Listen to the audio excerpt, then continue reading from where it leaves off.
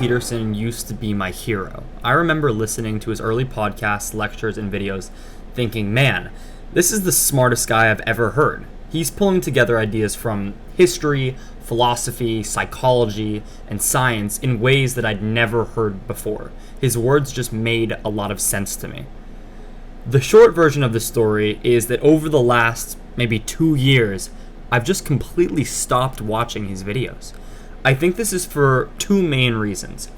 He seemed to have veered completely into religious studies, seeming to lack the nuanced, kind of multifaceted lens he used to study issues with. The second point is he became too convoluted. It used to feel like he was actually searching for the right words to use, and now it seems like he is purposefully trying to seem intellectual and overcomplicated. But now's the switch. I went back and watched the most recent episode Peterson has put out. It made me completely change this entire stance.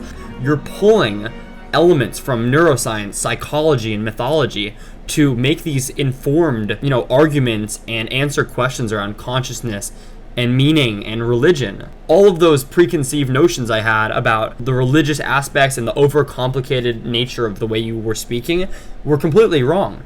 I just want to talk about three main things that I've learned from Peterson. The first one is about ancient stories, their similarities, and the deep truth they reveal about the world.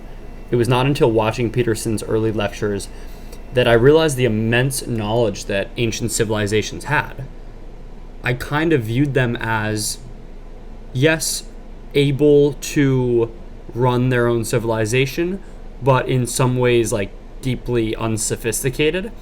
And it wasn't until learning about the Mesopotamian creation myths and those ancient stories that I realized just how wrong I was. Now that information serves as a key point in my understanding of our civilization's history of learning and development. The second point I want to make is about the people Peterson has introduced me to. So just like Joe Rogan introduced me to basically all my favorite comedians, as well as Jordan Peterson, Peterson introduced me to Dostoevsky, Nietzsche, Jung, some of the people that I most admire. Dostoevsky is my favorite author. The Brothers Karamazov is my favorite book by far.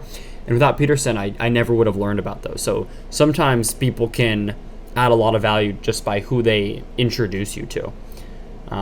And then third and finally, I just wanted to say that I respect Peterson for his willingness and his fearlessness to stand up to a system that he believed was unjust.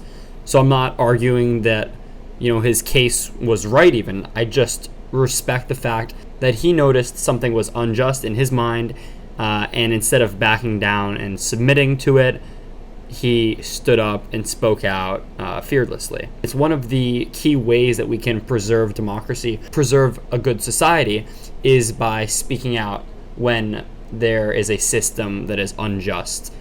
It is our responsibility and duty as citizens. That's my short little video on Jordan Peterson, how I was thinking about him for the last few years, just how wrong I was, and a few key points and reasons why I will always respect him. So thanks a lot for watching this video, and hope to see you again real soon. Thanks.